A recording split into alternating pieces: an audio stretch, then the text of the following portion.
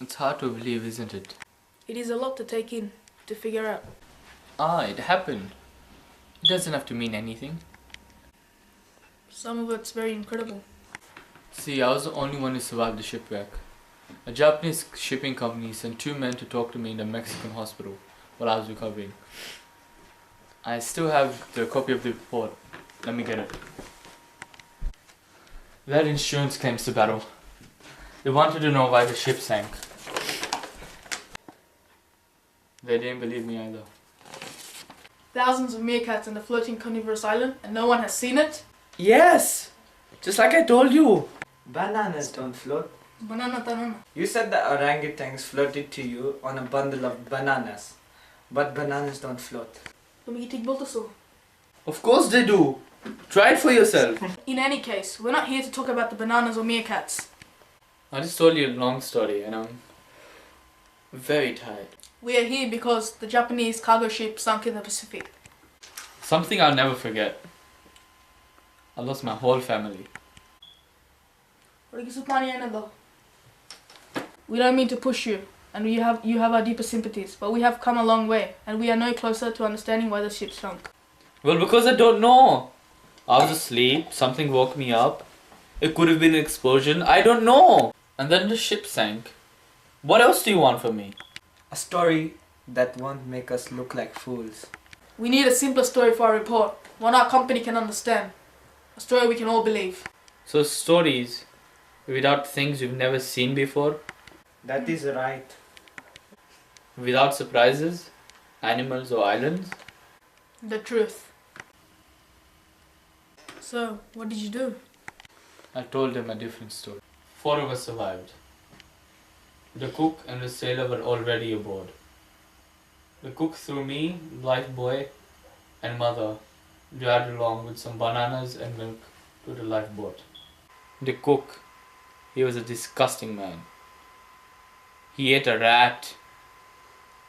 There was food for us for weeks, but he found a rat in his first few days and he killed it, dried it in the sun and ate it. Such a brute, that man. But he was resourceful. Because his idea to build a raft to catch fish, we would have died in those first few days without him. The sailor was the same man who brought rice and gravy, the Buddhist. But we didn't understand much of what he was saying. That he was suffering. He had broken his leg horribly in the fall. We tried to help him the best we could, but the leg became infected, and the cook said that we had to do something or he'd die. The cook said he'd do it, but mother and I had to hold the man down, and I believed him. We needed to do it. I kept saying I'm sorry, but he just kept looking at me. His eyes were so... I'll never understand the point of that man's suffering. I can still hear him, a happy Buddhist who only ate rice and gravy. We didn't save him, of course. He died. The morning after the cook caught his first fish, and I didn't understand what he had done for us, but mother did. I had never seen mother so angry. Stop whining and be happy, the cook said. We need more food or we'll die. That was the whole point. What was the whole point, mother asked. You let that poor boy die in order to get bait, you monster. Cook got furious. He walked towards her, and his face, and mother slapped him hard, right across the face. I was stunned. I thought he was going to kill her right then. He didn't. The cook didn't stop at bait either, you know.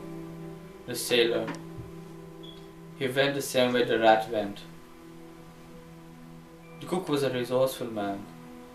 It was a week later that he, because of me, because I couldn't hold on to a stupid turtle, it slipped out of my hands and swam away, and the cook came up and punched me in the side of my head, and my teeth clattered and I saw stars. I thought he was going to hit me again, but mother started pounding on him with her fist, screaming, "You monster, you monster!" She yelled at me to go to the raft. "Nipora! I thought she was coming at me, or I'd never have. I don't know why I didn't. I think about that every day. I jumped over and turned just as his knife came out. There wasn't anything I could do. I couldn't look away. Threw a body overboard. Then the sharks came and I saw they... The next day I killed him. He didn't even fight back. He knew he had gone too far, even by his own standards. He let the knife out on the bench, and I did it to him. But he did to the sailor. He was such an evil man, but worse still, he brought the evil out in me, and I had to live with that. I was alone in a lifeboat, drifting across the Pacific Ocean, and I survived.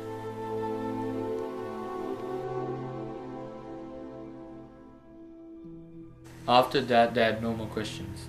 The investigators didn't seem to like the story exactly. They thanked me, they wished me well, and they left. So the story is but the zebra and the sailor broke their leg, and the hyena killed the zebra and the orangutan. So the hyena is the cook, and the sailor is the zebra. Your mother is the orangutan, and you are the tiger. Can I ask you something? Of course. I've told you 2 stories about what happened out in the ocean.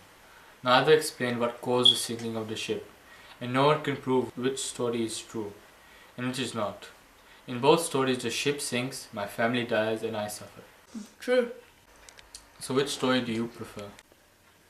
The one with the tiger. That's the better story. Thank you. And so it goes with God. Mamaji was right. It is an amazing story. Will you really let me write it? Of course. Isn't that why Mamaji sent you here? My wife is here. Do you want to stay over for dinner? She's an incredible cook. I didn't know you had a wife. And a cat and 2 children. So your story does have a happy ending. And that is up to you. The story is yours now.